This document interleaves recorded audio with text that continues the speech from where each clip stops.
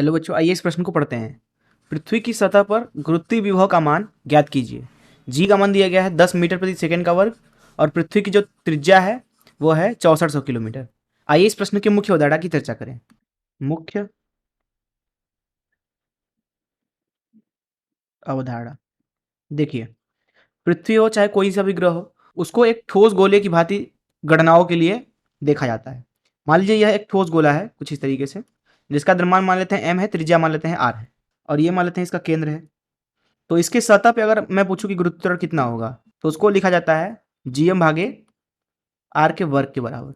वहीं अगर सतह पे बात करें विभव की, तो हर एक जगह पे वो समान होगा, जिस तरीके से गुरुत्व त्वरण समान है, क्योंकि गोला पूरी तरह से सममित है।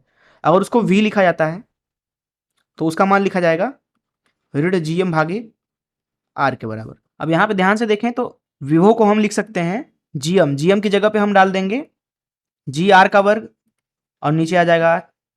तो सतह पे गुरुत्वीय त्वरण, सतह पे विभव का हम मान लिख सकते हैं ऋण जी आर के बराबर। तो इस मुख्य अवधारणा का इस्तेमाल करके चलिए प्रश्न को हल करते हैं।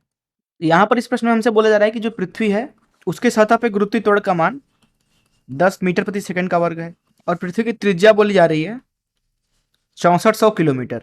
इसको अगर 10 के घाते 3 से गुणा कर दे तो ये मीटर में बदल जाएगा। इसलिए अगर मुख्य अवधारणा से देखें तो सतह पे गुरुत्वीय विभव का मान लिख सकते हैं v बराबर ऋण जी आर के बराबर। अब यहाँ आर जो है वो आर ही है।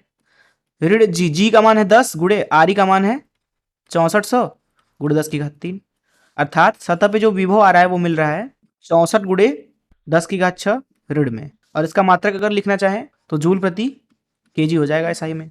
यही हो जाएगा इस प्रश्न का उत्तर। मैं आशा करता हूँ कि आपको इस प्रश्न का हल जरूर समझ में आया होगा। धन्यवाद।